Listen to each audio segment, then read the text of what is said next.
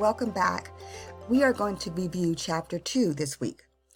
But I want to first preface all of this with, when you're reading the chapter, it is important to note that the terms are going to be very, very important. Chapters 1, 2, and 3, the terms are not new, but they are more a review of the terms that you've covered in your managerial course that you've probably already taken. What I want you to get from these lectures, these video lectures, is an overview. What I would like to do is not go through every minutia, every bit of detail of the chapter, but I do want to emphasize concepts that I think are so important that you need to review over and over again, as they will be something that will be built on in later chapters. As I mentioned before, Chapter 1, 2, and 3 are review. We will be talking about it in more depth. We would tackle more complex problems, but in the end, this concept is not necessarily new.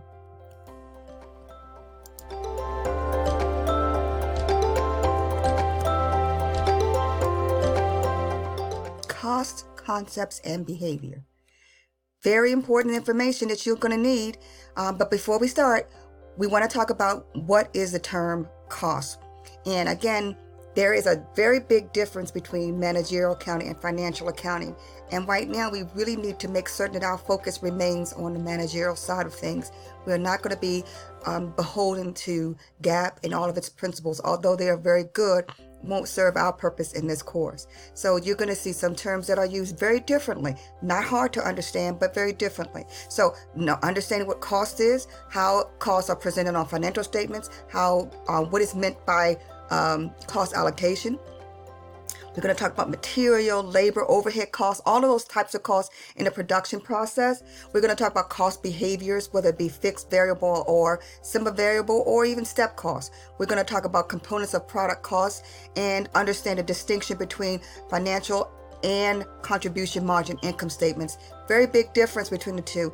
Not hard, but they're different, and we want to understand why they're different, because this is going to carry forward through other chapters.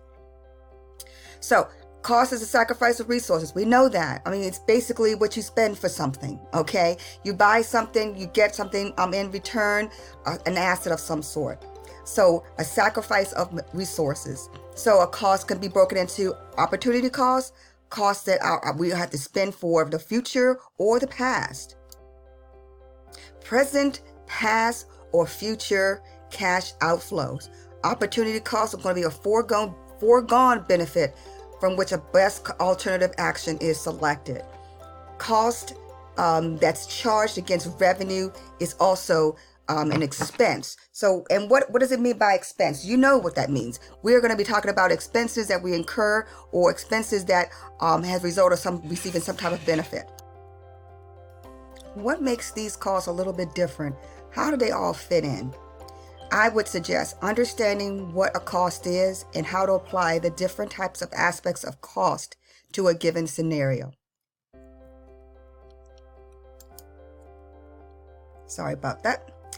How are costs presented on financial statements? Now remember, we already know the basic financial statements include the balance sheet, the income statement, statement of cash flows, and also the statement of comprehensive income.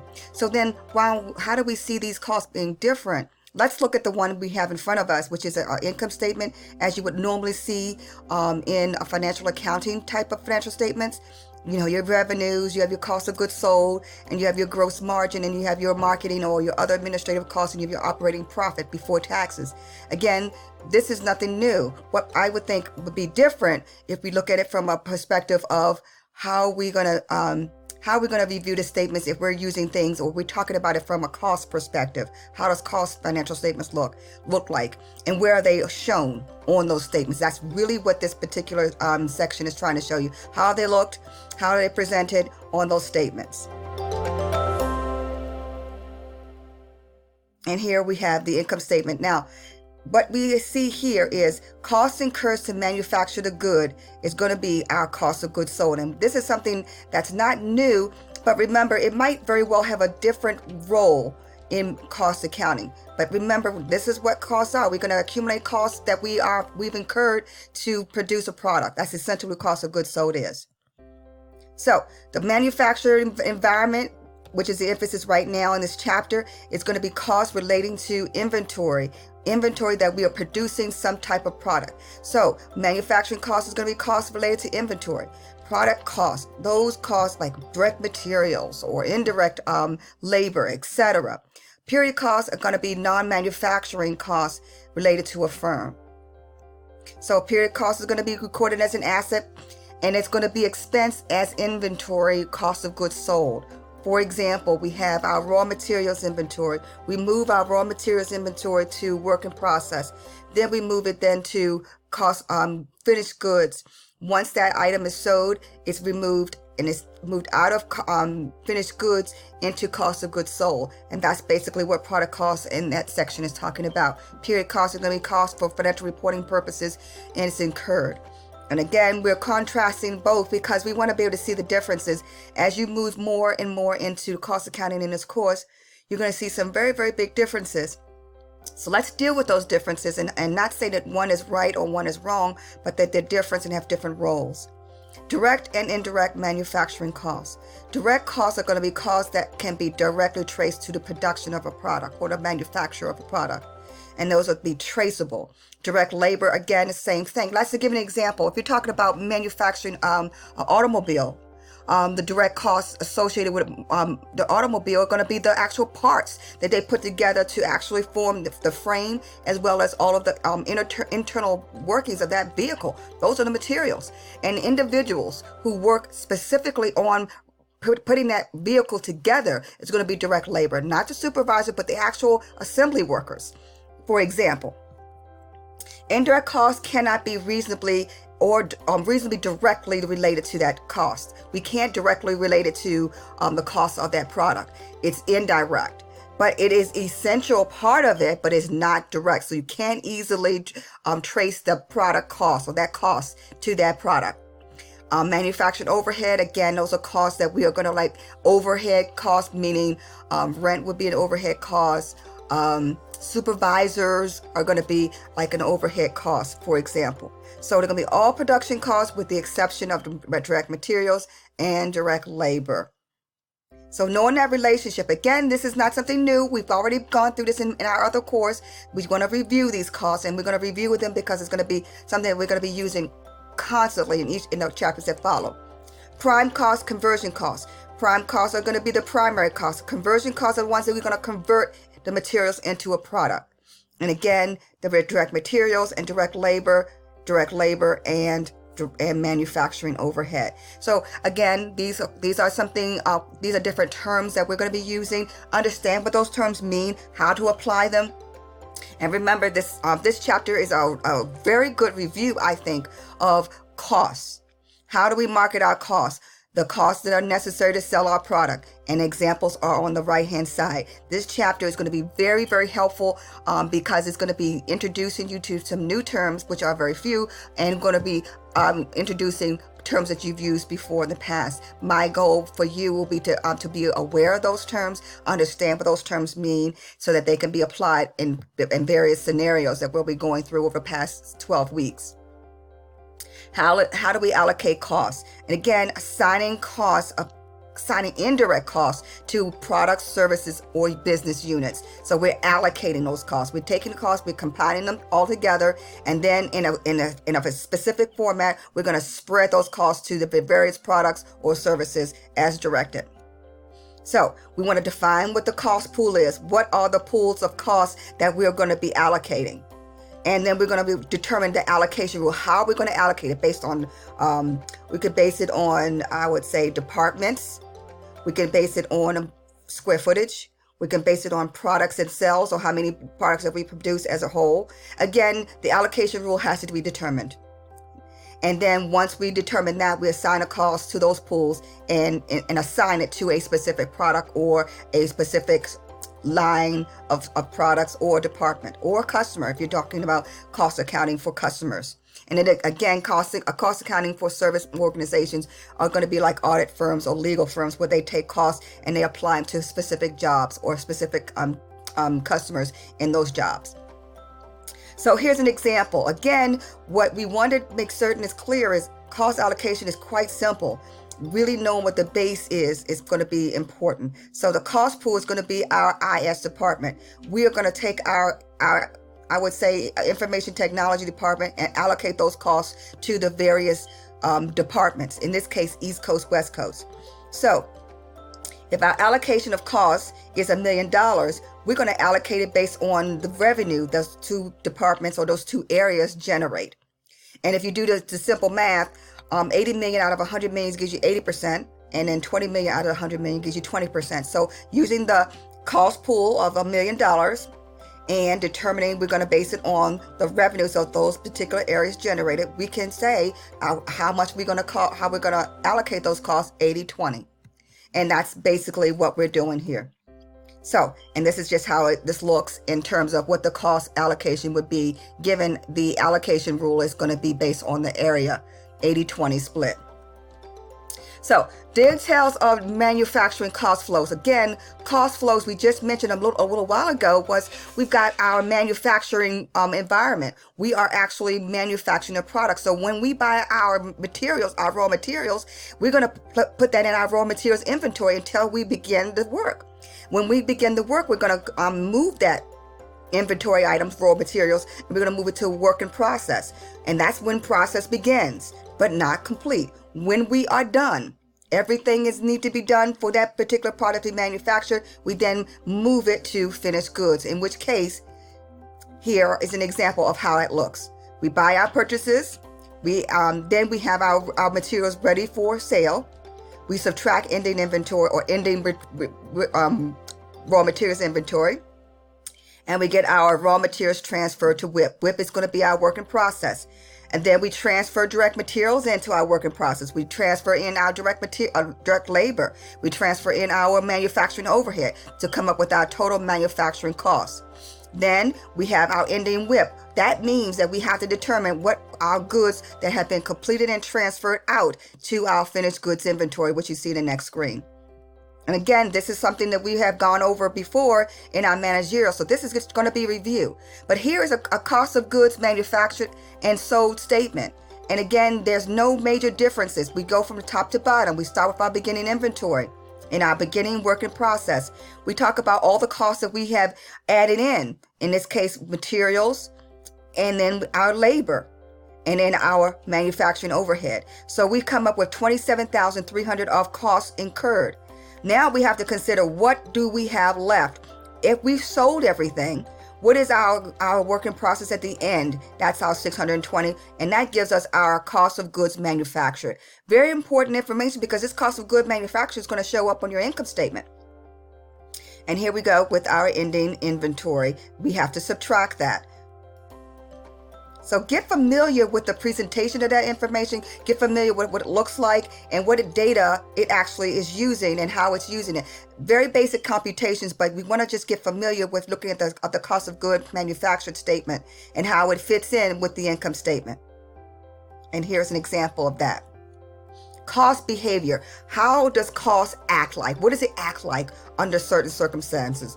And cost behavior is how it responds to activity within a very specific range, our range of activity, which changes depending on scenarios we're looking at. So if we're talking about costs that do not change no matter how much units you produce or how few units you produce, we can say that those costs are fixed. And you can see here, it's a straight line. It doesn't change based on activity. Then we talk about our costs that change in direct proportion with changes in volume within a range of activity.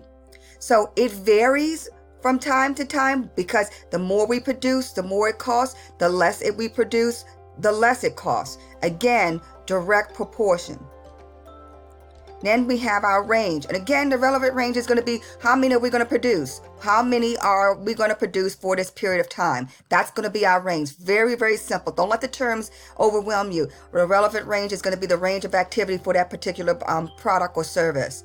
Semi-variable costs are going to be a cost that have a combination of both fixed and variable. So they're going to have a fixed element to it, and they're going to have a variable element to it. And one example I always give students would be a variable cost would be salaries and commission. The salary would be the fixed portion of the cost, and the commission would be the variable portion of the cost. And that's just one of many examples of semi-variable costs.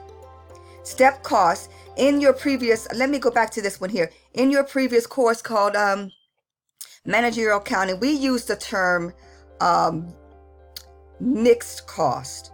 That's how we termed it. Mixed cost and semi-variable cost is also known as, are actually used simultaneously. They mean exactly the same. So when you left your managerial class and you were talking about mixed costs, and now I'm calling it semi-variable costs, just note that they, for purposes of this course, are exactly the same. They are both a combination of both fixed and both variable costs.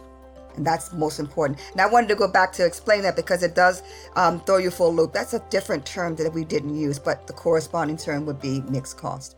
Step costs are going to be costs that change in steps, meaning it goes up and then it stays flat for a bit or fixed. Then it goes up again and remains flat. These are going to be semi-fixed costs because the fixed component is going to be really what creates that step look, as you see on the illustration. So knowing what those costs are, what type of cost meets the condition of being fixed, which one meets the condition of being variable, and what the ones that are actually a combination of semi-variable costs, and also how costs not only increase, but increase in a step format, meaning they go up, but then they stay flat or fixed for a period, then they go up again, and then they stay flat or fixed for a period, which is going to be your step cost. Now, what are components of product costs? Full cost, absorption cost, and variable costs. Again, we're going to be talking about full cost, which is the sum of all manufacturing and selling of a unit of product. And this one, again, full absorption cost, same thing. Sum of variable and fixed costs of manufacturing a unit of product. And the variable cost is going to be defined as the sum of variable costs of manufacturing and selling a unit of product. Understanding the different types of costs. Again, we're going through this chapter quickly because many of these terms you've already been exposed to. So components of product cost. Again, we're looking at full cost is $40 per unit. Full absorption cost is $29 per unit. Here we get these numbers. We're going to talk about direct materials and labor being $8 and $7, which gives us our variable cost, our total cost here. Then we're going to add our variable cost, which is going to be our overhead of $8 a unit, and our fixed overhead, manufacturing overhead is going to be $6 per unit. And our variable costs include administrative, as well as our fixed costs, including manufacturing costs. Again, what we are trying to do here is it's giving you an opportunity to see the costs, and they break them out in terms of what's variable and what's what's not necessarily fixed. So full costing is definitely done in GAAP reporting, but we're going to be focusing on the managerial side. In this chapter, we're going to be looking at both sides of the coin here, why managerial accounting differs, so that you can shift your thinking from a financial accounting perspective or a GAAP-oriented side of things to a variable, a managerial side of things. So variable costing we're going to be using primarily in this course. We may see full absorption costing for the sole purpose of seeing the difference between GAAP accounting and managerial or cost accounting. So here we have it at the bottom here. It's in summary. Sales revenue stays the same. The difference then becomes cost of goods sold, and variable cost gives us our gross margin on one side and our contribution margin on the other. This is an example I think is going to be very important for you to keep in mind. So this particular slide would be something I think you would pull out, print out, and just reference it constantly, because you're having to deal with, we are trying to calculate our contribution margin. I need to shift my thinking from financial accounting into my cost accounting perspective. Take a look at this particular screen, and it does give you some, I guess, a one-page overview of why they're different. One side is the financial accounting side, and the other side is the cost accounting side. Which one is which? Tell me. I'm not going to tell you. I want you to tell me. Let's go to the next screen.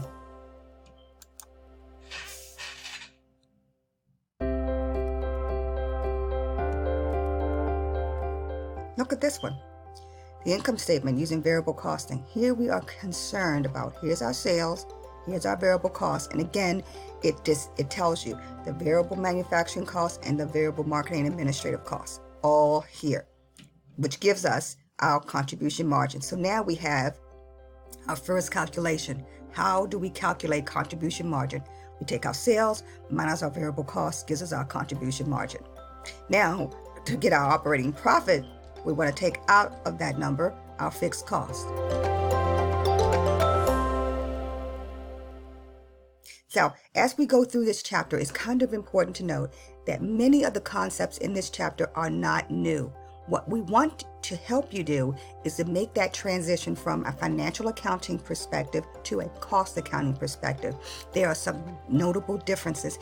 And as you continue through this course, you're going to see even more differences. But for now, the fundamental differences between the two are noted. When you get through the chapter, you must remember the learning objectives have to be achieved before you go to the next chapter. It's very important to get those learning objectives, understand what they're asking you, and make sure that you understand full well before moving to the next. Number 2, highlight the terms that are very relevant to this chapter, and the terms that you've seen before, review them again, and the ones that are absolutely new, which I think there are 3 of them in this chapter. Number 3, utilize this chapter, and chapter 1 as well, as a basis upon which everything that you learn will be laid upon. That means you really have to have a solid understanding of these 2 chapters, because it really does form the basis of everything else we're going to put on this we're going to cover. So it's really essential that you understand it and understand it very, very well. And as always, if you have any questions or seek to have some type of examples that will help you, please let me know. And thank you very much for listening, and I will talk to you in our next video.